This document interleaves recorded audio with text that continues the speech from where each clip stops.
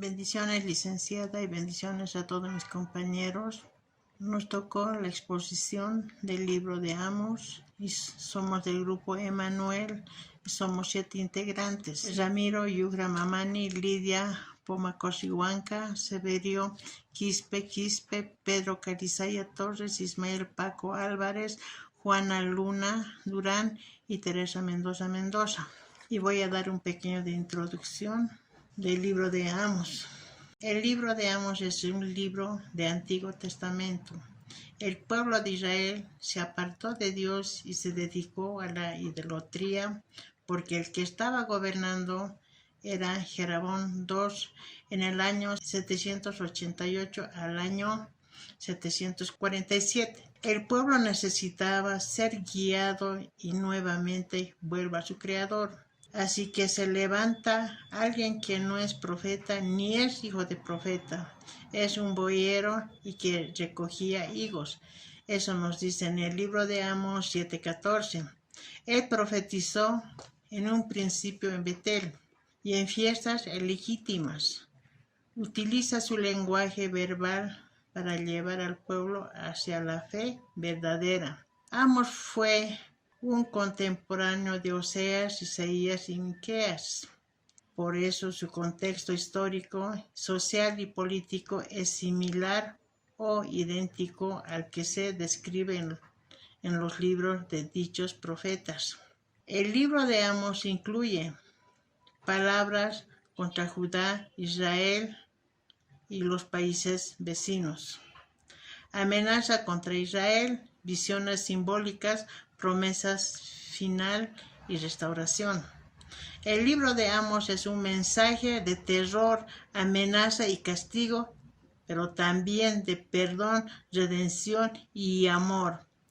Y van a estar desglosando mis compañeros también. Vamos a continuar con nuestra presentación, el libro de Amós, profecías sobre las naciones vecinas: Damasco, Gaza, Tiro, Edom, Amón, Moab, Judá e Israel. El profeta Amós inicia su predicación. Es sorprendente observar que Amós tenía una apreciación mundial de la situación. Cuando Amós habló primero a Betel, indicando que Dios iba a juzgar a Siria, Filistea, Fenicia, Edom, Amón, Moab, todos llenaron el santuario del rey.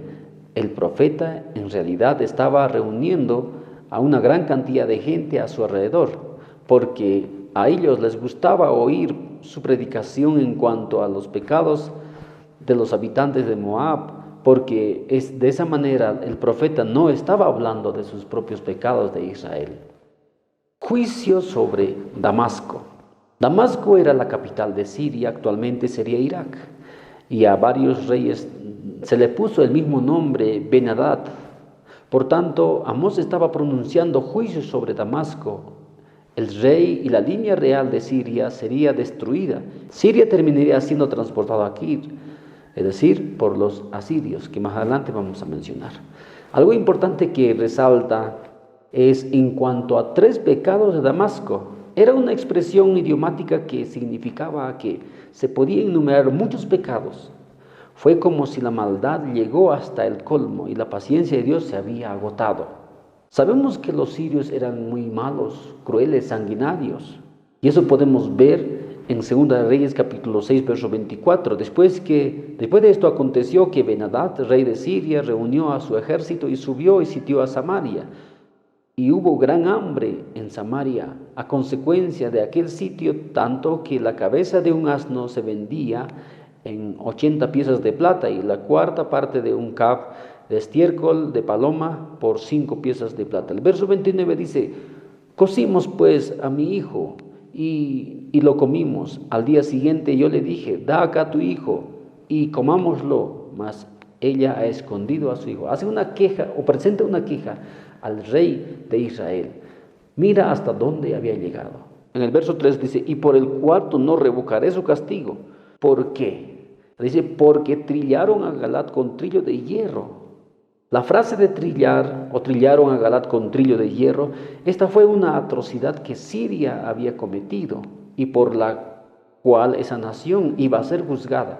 Estos instrumentos de trillar eran agudos y se usaban para quebrantar la mies tendida en la era y separar el grano de la paja. Se cree que con tales instrumentos ellos desgarraron los cuerpos de los habitantes de Galaad. Mira, en 2 Reyes capítulo 8, verso 17, nos da algo importante o nos muestra algo importante. Cuando el profeta Elías va a Damasco por lo que Dios le manda, y en el camino se encuentra con el siervo del rey Ben-Hadad, que estaba a punto de morir. Entonces le pide y dice, ¿qué pasará con mi señor? Y le dice, seguramente va a vivir, pues yo sé que va a morir. Pues dile así si quieres. Pero algo más adelante le mira Eliseo fijamente a siervo de Ben-Hadad y llora y le pregunta, ¿qué le pasa a mi señor? Y le responde, sé lo que harás con Israel. Los matarás a sus jóvenes, a sus niños, a sus mujeres encinta o mujeres embarazadas, los abrirás su vientre. ¿Quién es este perro para que haga tal semejante cosa? Pues así lo harás. Dios me ha mostrado. Realmente estaba profetizando lo que iba a acontecer y justamente eso es lo que a Dios no le agradó. El cuarto pecado. 3 pecados. Son 3 testigos. Necesitaba un castigo, pero una tolerancia de parte de Dios. El cuarto ya no lo voy a revocar más, no lo voy a tolerar. Inciso 3. Juicio sobre Damasco. Prenderé fuego a la casa de Hazael, consumirán los palacios de Ben-Hadad, quebraré los cerrojos de Damasco y destruiré a los moradores del valle de Abén, a los gobernantes de Bet-Edén, y el pueblo de Siria será transportado a Kir, dice el Señor. Así fue como dice la palabra en 2 Reyes capítulo 16, verso 9, nos muestra, pues subió el rey de Asiria contra Damasco y la tomó y la llevó cautivo a los moradores a Kir y lo mató a Rezín, que era rey en ese entonces. Veamos ahora el juicio sobre Gaza, el verso 6. Así ha dicho Jehová, por 3 pecados de Gaza, el cuarto no lo voy a revocar. Gaza se encontraba en la Filistea, actualmente serían los palestinos. En cuanto a 3 pecados, ya dijimos anteriormente que la frase por 3 pecados eran muchos pecados que habían cometido. Podemos ver en 1 Samuel capítulo 6, verso 16, los filisteos lo llevaron al arca de Dios y lo pusieron junto a su dios Dagón y luego llevaron a uno en otro lugar y muchas personas murieron. Es uno de los registros que podemos ver y muchos más lo que hicieron los filisteos a Sansón, con Josafat, lo que los arrebataban, sus comidas, tantas cosas que ha hecho. Vamos a decir, son muchos pecados cuando dice Dios, 3 pecados de Gaza, de los filisteos. Y el cuarto no lo voy a revocar porque llevó cautivo a todo un pueblo para entregar a Edom. El juicio contra los filisteos se debió a que estaban haciendo esclavos. Los filisteos tomaron un cierto número de esclavos israelitas y los vendieron al pueblo de Edom y también a los fenicios. 3. Juicio sobre Gaza. Prenderé fuego en el muro de Gaza y consumirán sus palacios y destruiré a los moradores de Asdod, a los gobernantes de Ascalón y volveré mi mano contra Ecrón y el resto de los filisteos perecerá, ha dicho Jehová el Señor. Segunda Reyes 18, verso 8, Ezequías también derrotó a los filisteos hasta Gaza y sus fronteras, desde las torres de las atalayas hasta la ciudad o ciudad fortificada. Ezequías destruyó a toda esa área en particular, así que podemos ver que la profecía de Amós se cumplió literalmente. Juicio sobre Tiro. Amós capítulo 1, verso 9, así ha dicho Jehová por 3 pecados de Tiro y el cuarto no lo revocaré. Muchos se preguntan, ¿por qué el juicio sobre Tiro? Según el libro de Gary de Smith, Fenicia era la capital de Tiro y Sidón. Tiro era una ciudad metrópolis antigua, orgullosa, hermosa, era una importante ciudad mercantil. En cuanto a 3 pecados, dijimos que los 3 pecados no solamente son 3 literales, son muchos pecados que ellos habían cometido. Punto 2. Y por el cuarto no revocaré su castigo, porque entregaron a todo un pueblo cautivo a Edom y no se acordaron del pacto. Cuando se refiere al pacto, si bien hicieron un pacto de hermandad David y el rey de Fenicia, y fue afirmada por Salomón. Esto era un pacto que debía de durar por siempre y Dios era testigo de ese pacto. Sabemos que Dios es Dios de pactos. El juicio contra Fenicia caería sobre esa nación y no solo por vender esclavos, sino también por romper su tratado con Israel. Hiram, rey de Tiro, había sido amigo personal de David y disfrutaron muchos años de amistad. Ningún rey de Israel o de Judá había hecho jamás un tratado de guerra con Fenicia. Los israelitas, después de ser llevados cautivos por los asirios, desterrados y otros dispersados, corrieron en busca de refugio. Acordándose del pacto de hermandad, han ido solicitando asilo a Tiro, pero ellos entregaron a Edom, vendiéndoles como esclavos. Por esto, Tiro y Sidón recibirían su juicio merecido. Juicio sobre Tiro. Dios dice: enviaré pues fuego sobre las murallas de Tiro y consumirá sus palacios. Primero fueron los asirios los que lucharon contra Tiro, la gran ciudad de los fenicios, pero no fueron capaces de tomarla. Ha habido dudas sobre si Nabucodonosor conquistó la ciudad o no. Sin embargo, se admite que Nabucodonosor forzó a Tiro a retirarse a una isla que se encontraba en el mar a 1 kilómetro de distancia y donde volvieron a edificar su ciudad. Nabucodonosor entonces destruyó la vieja ciudad que se encontraba en el continente. Y más tarde, Alejandro Magno, utilizando la calzada que hacía, tomó la ciudad nueva y la destruyó, dando por finalizado la historia de Tiro. Así, la profecía se cumple literalmente. El cuarto juicio contra Edom por su odio indescriptible, verso 11 a 12. Los edonitas procedían de los hijos de Esaú y por lo tanto eran primos hermanos de los hijos de Jacob. No obstante, los dos pueblos nunca fueron capaces de vivir en paz entre sí. La condenación de ellos es más explícita por su excesiva brutalidad en las guerras y su lucha homicida contra Israel. Su especialidad era el saqueo. Cada vez que los hebreos fueron derrotados por un enemigo extranjero, ellos llegaron enseguida para saquear a los israelitas víctimas del ataque. No hay odio más terrible que el odio entre hermanos que hayan olvidado el amor. El odio y el rencor son como un cáncer que consume a la persona misma y no a la persona con quien dirige su hostilidad. El quinto juicio contra Amón por avaricia de tierras, verso 13 a 15. Los amonitas descendían de una hija de Lot y ocuparon territorio al este del Jordán, que colindaba con Galad. Su conducta inhumana en la guerra probablemente ocurrió mientras servían como soldados mercenarios contratados por Siria para atacar a Galad. Sexto juicio contra Moab por profanación de tumbas. Capítulo 2, verso 1 a 3. Este pueblo también provenía de los hijos de una hija de Lot. La profanación de tumbas, una gran falta de respeto por los muertos, era un pecado muy grave para los hebreos, puesto que el hombre es creación a la imagen y semejanza de Dios. Así, la descripción de los pecados de los 6 pueblos que rodearon a Israel representan un cuadro terrible de la pasión humana sin freno que todavía se manifiesta en guerras, matanzas, esclavitud, genocidio, la violación de mujeres y otros crímenes que demuestran la crueldad del ser humano contra otros de su misma especie. Asimismo, hay 2 sentencias contra Judá e Israel. Sentencia contra Judá por abandonar la enseñanza clara de Dios, capítulo 2, verso 4-5. El juicio de Judá no se debe a ninguna atrocidad que hubiera cometido contra otro estado o pueblo.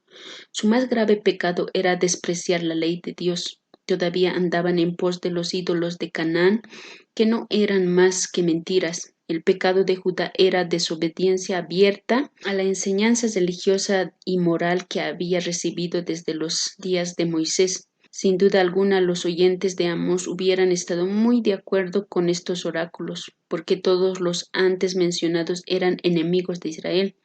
Seguramente pensaban: su castigo es bien merecido. Pero Amós está apuntando de traer el juicio contra ellos mismos. Es un mensaje que no quisieran oír. La sentencia contra Israel por opresión, inmoralidad e injusticia. Capítulo 2, verso 6 a 16. El pecado de los del norte era contra el amor de Dios. El profeta se indigna por la falta de amor y gratitud por parte de la gente que había recibido tanto de la mano de Dios. A partir de este momento comienza el tema fundamental de la predicación de Amós, la falta de justicia social y la opresión de los pobres e indefensos. Él señala tres manifestaciones de este pecado tan cruel: la opresión de los pobres por los ricos, la perversión de la justicia en los tribunales. Los jueces sin escrúpulos cobraban las hipotecas de los pobres. Sus fincas no eran grandes y era fácil pisotearlos y dejarlos sin un lugar para pasar la noche. El pobre podía tener toda la razón, pero el juez siempre falla a favor del rico. 3. La inmoralidad abierta. Amós hace referencia en el capítulo 2, versos 7 y 8 a varias prácticas insoportables. Era muy común que la educación sexual de los padres a sus hijos varones consistiera en llevarlos con una prostituta. Entonces, estos son los juicios contra las naciones de parte de Dios. El Señor da tres mensajes específicos para Israel. Oíd esta palabra que ha hablado Jehová contra vosotros, hijos de Israel, contra toda la familia que hicís subir de la tierra de Egipto. Dice así: el Señor le dijo a Israel que él iba a castigarles por sus pecados. Oíd esta palabra, vaca de Basán, que estáis en el monte de Samaria, que oprimís a los pobres y quebrantéis a los menesterosos. El Señor también pronunció juicio sobre su prosperidad. Sus hijos sufrieron como consecuencia de sus pecados. Los israelitas ofrecían sacrificios en Gilgal y Betel, ofreciendo sacrificio incluso, aunque estaban apartados de Dios, estaban ofreciendo sacrificios al Señor, pero sus sacrificios estaban mezclados con el levadura, la cual Dios odia. Dios envió una hambruna para hacer que se volvieran a Él, pero ellos no respondieron al Señor, sino que continuaron con sus pecados. El Señor dijo: 5 veces he enviado juicio sobre vosotros, pero no os habéis vuelto a mí. El único propósito del juicio que la gente se volviera al Señor. En otra palabra, el Señor estaba diciendo: cuantos estén en problema, no vayan a los ídolos de Betel, Gilgal y Berseba a buscar ayuda, venid a mí. Si no buscaban a él, Señor, un fuego les consumiría como Sodoma y Gomorra. Bien, continuando con nuestra exposición, ahora consideraremos el capítulo 7 en adelante, que hace referencia a la visión del juicio. Sin antes considerar, los cielos declaran la gloria de Dios. Todo lo que está a nuestro alrededor declara la gloria de Dios, su gran misericordia para con nosotros. Y en estos capítulos hace referencia al testimonio personal de Amós. Registrado en estos capítulos nos lleva a meditar algunas de las características de las verdades que Dios tenía para su pueblo. Como primer apunte y como primer aspecto podemos mencionar: 1. Tenía un mensaje de Dios, que hace referencia en el versículo 7 y 9 del capítulo 7, dice lo siguiente: me enseñó luego el Señor, tenía en su mano una plomada de albañil, que me preguntó: ¿qué ves, Amós? Yo respondí: una plomada de albañil. La plomada de albañil es un instrumento de prueba en las manos del Señor, un instrumento de juicio en las manos del Señor. Recordemos que en nuestro contexto una plomada nos permite identificar algunos desniveles que pueden ocurrir principalmente dentro de la construcción y dentro de otros aspectos también. Él había venido por medio de un profeta para medir los lugares altos y los santuarios de Israel, para exponer su delito. Pero el punto a considerar es este. Amos tenía un mensaje, algo definido que decir en el nombre del Señor. Era un mensaje claro para su pueblo, un juicio sobre su pueblo, para poner delante de ellos su pecado. Recordemos, hermanos, que en el Nuevo Testamento los apóstoles, después de la resurrección, recibieron tal visión de poder de Cristo y del bendito Evangelio asociado con él, que sus corazones quedaron inflamados con una pasión divina de proclamar las buenas nuevas. Otro apunte que también debemos tomar en este estudio del capítulo 7 en adelante es que Amos sufrió la oposición, en este caso del sacerdote Amasías de Betel.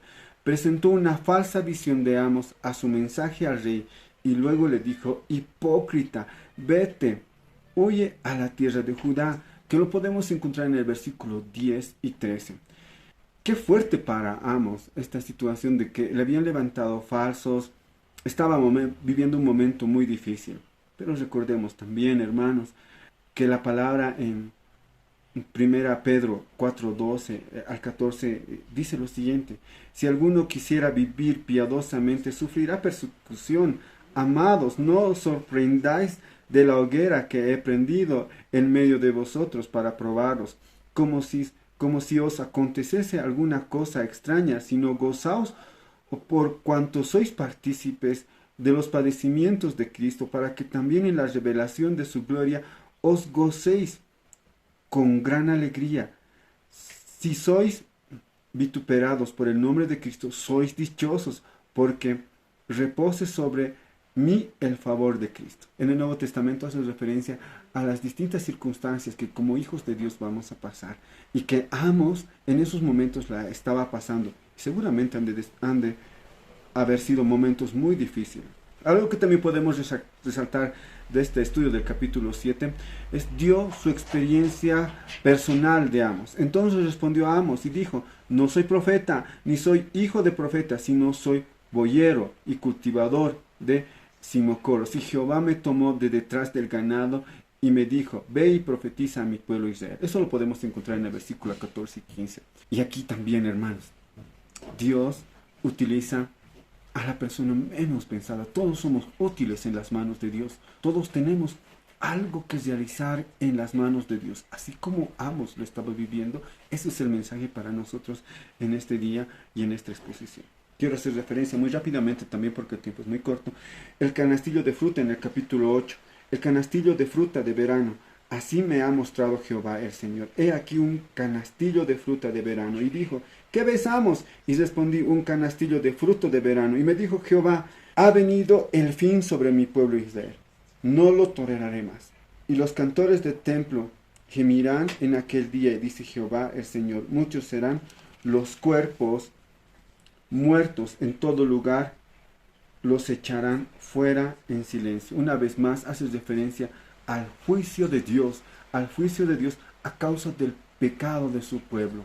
Recordemos, una vez más, a Dios nada se le puede escapar. No podemos eludir el pecado. Todos estamos sujetos al juicio de Dios. Muchísimas gracias. Continuamos con la exposición. Ya llegando a la parte final de nuestro capítulo 9 del libro de Amos, donde habla, ¿no?, las palabras de esperanza que ha hablado a David en los días. Dos puntos muy importantes que podemos ver: la restauración de la casa de David, la dinastía de David, que podemos verlo en Amos capítulo 9 del verso 11 al 12, y también la restauración del pueblo de la tierra de Israel, Amos 13 al 15. Y lo que podemos ver en la restauración de la casa de David podemos ver los siguientes puntos. Primer punto: levantará el tabernáculo caído de David. Es donde nos habla lo que habló en el libro de 2 Samuel, capítulo 7, verso 10 al 17, donde habla el profeta Natán a David, ¿no? Y segundo, cerrará sus portillos. 3, levantará sus ruinas. 4, lo edificará como en el tiempo pasado. Eso es lo que habla en la restauración de la casa de David. Y también podemos ver en el verso 13 la restauración del pueblo de la tierra de Israel. Es una promesa que Dios ha prometido, que va a restaurar la casa de Israel, donde estaban dispersidos, y cuando llega el tiempo, ya todo el pueblo será restaurado y restablecido, todo lo que estaba. Así ha dicho Jehová de los ejércitos, ¿no? Verso 15, donde nos dice: pues los plantaré sobre la tierra y nunca más serán arrancadas de su tierra que yo les di, así ha dicho Jehová. Es una bendición grande lo que Dios va a hacer en aquel tiempo, cuando una a todo su pueblo, el pueblo de Israel. Es todo lo que hemos podido exponer, licenciada, junto a nuestros compañeros. Gracias.